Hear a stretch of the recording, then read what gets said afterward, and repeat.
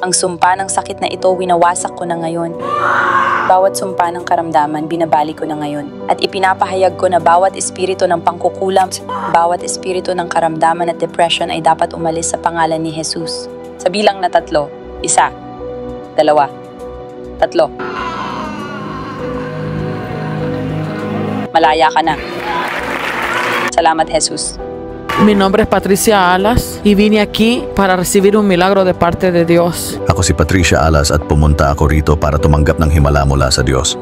43 taon na ang nakalipas nang sinubukan ng lola ko na patayin ang tatay ko sa pamamagitan ng pangkukulam. Nasa ospital ang asawa ko at dumating ang tatay niya para sunduin siya. Nang pauwi na sila, nabangga ang kanyang tatay sa isang puno.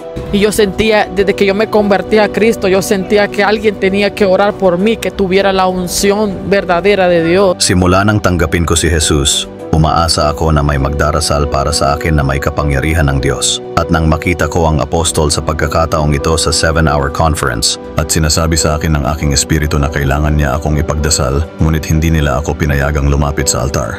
Sa pagkakataong ito, pumunta ako rito para humiling ng himala. Sa lahat ng oras na natutulog ako, hinahatak ko ang buhok ko at binubunot ko ang buhok ko mula sa ulo ko. Porque mi mamá decía que mi abuela, la que hacía la brujería, se cortaba el pelo y lo tiraba al piso y yo lo recogía y me lo echaba a la boca. Dahil noong bata pa ako, ang lola ko, gumagawa siya ng kulam at palagi niyang hinihila ang buhok niya at itinapon ito sa sahig.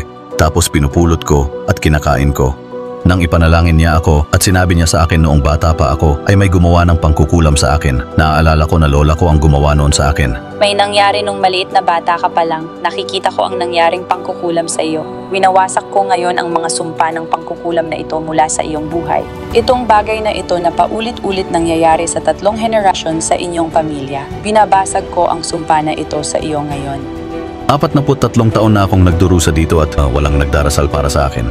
Alabo a Dios por la apóstol que oró por mí. At nagdarasal ako sa Diyos dahil pinagdasal din ako ni Apostol. Ang pakiramdam ko ay nagbago na at uuwi ako ng di tulad ng dati at ipapangaral ko ang salita ng Diyos. Sinabi niya sa akin nung ipinagdasal niya ako, naroon ako, marami akong iba't ibang sakit sa katawan ko at totoo iyon. At palagi akong pumupunta sa ospital at wala silang makita sa katawan ko.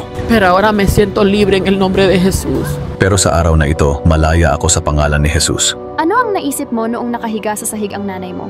Sobrang saya ko na nakalaya siya. Nang bumagsak siya sa sahig, nagsimula akong parang gusto kong umiyak ng husto.